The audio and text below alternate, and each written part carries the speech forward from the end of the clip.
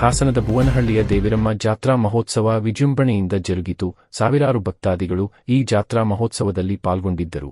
ಹರಕೆಯನ್ನು ಸಲ್ಲಿಸಿ ಪೂಜಾ ಕೈಂಕಾರ್ಯಗಳನ್ನು ನೆರವೇರಿಸಿದರು. 10 ವರ್ಷಗಳಿಗೊಮ್ಮೆ ನಡೆಯುವ ಈ ದೇವಿರಮ್ಮ ಜಾತ್ರಾ ಮಹೋತ್ಸವ ಅದ್ದೂರಿಯಾಗಿ ನಡೆಯಿತು. ಈ ದೇವಿರಮ್ಮ ಜಾತ್ರಾ ಮಹೋತ್ಸವಕ್ಕೆ 400 ವರ್ಷಗಳ ಐತಿಹಾಸಿಕವಿದೆ. ಪುರಾಣ ಪ್ರಸಿದ್ಧ ದೇವಿ ಈ ದೇವಿರಮ್ಮ ದೇವಿ ಭಕ್ತರ ಸಂಕಷ್ಟಗಳನ್ನು ಇಷ್ಟಾರ್ಥಗಳನ್ನು ಈಡೇರಿಸುವ ಮಹಾದೇವಿಯೂ ಹೌದು. ಈ ಬಾರಿ ನಡೆದ ದೇವಿರಮ್ಮ ಜಾತ್ರಾ ಮಹೋತ್ಸವದಲ್ಲಿ ಕಂಡರಿಯದ ಕೇಳರಿಯದ ಹಾಸನದ ಬೈಪಾಸ್ ರಸ್ತೆಯಲ್ಲಿ ಟ್ರಾಫಿಕ್ ಜಾಮ್ ಆಗಿದ್ದು ವಾಹನ ಸವಾರರು ಸುಮಾರು 2 ರಿಂದ 3 ಗಂಟೆಗಳ ಕಾಲ ಪರದಾಡುವಂತೆ ಆಯಿತು. ಈ ತರಹ ಜಾತ್ರಾ ಮಹೋತ್ಸವದಲ್ಲಿ ಜಿಲ್ಲಾಡಳಿತ ಮತ್ತು ಪೊಲೀಸ್ ಇಲಾಖೆ ಮೊದಲೇ ಬಿಗಿ ಭದ್ರತೆಯೊಂದಿಗೆ ವಾಹನ ಸಂಚಾರಕ್ಕೆ ಅನುಕೂಲವಾಗುವ ರೀತಿ ಮುನ್ನೆಚ್ಚರಿಕೆ ವಹಿಸಿಕೊಳ್ಳಬೇಕಾಗಿತ್ತು ಎಂದು ನಾಗರಿಕರು ಆಕ್ರೋಶ ವ್ಯಕ್ತಪಡಿಸಿದ್ದರು.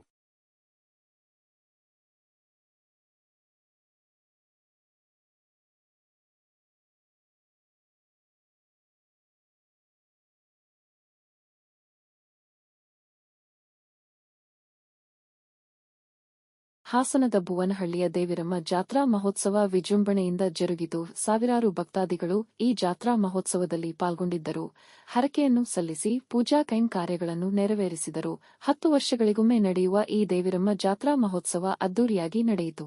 ಈ ದೇವಿರಮ್ಮ ಜಾತ್ರಾ ಮಹೋತ್ಸವಕ್ಕೆ 400 ವರ್ಷಗಳ ಐತಿಹಾಸಿಕವಿದೆ. ಪುರಾಣ ಪ್ರಸಿದ್ಧ ದೇವಿ ಈ ದೇವಿರಮ್ಮ ದೇವಿ ಭಕ್ತರ ಸಂಕಷ್ಟಗಳನ್ನು ಇಷ್ಟಾರ್ಥಗಳನ್ನು ಈಡೇರಿಸುವ ಮಹಾದೇವಿಯೂ ಹೌದು.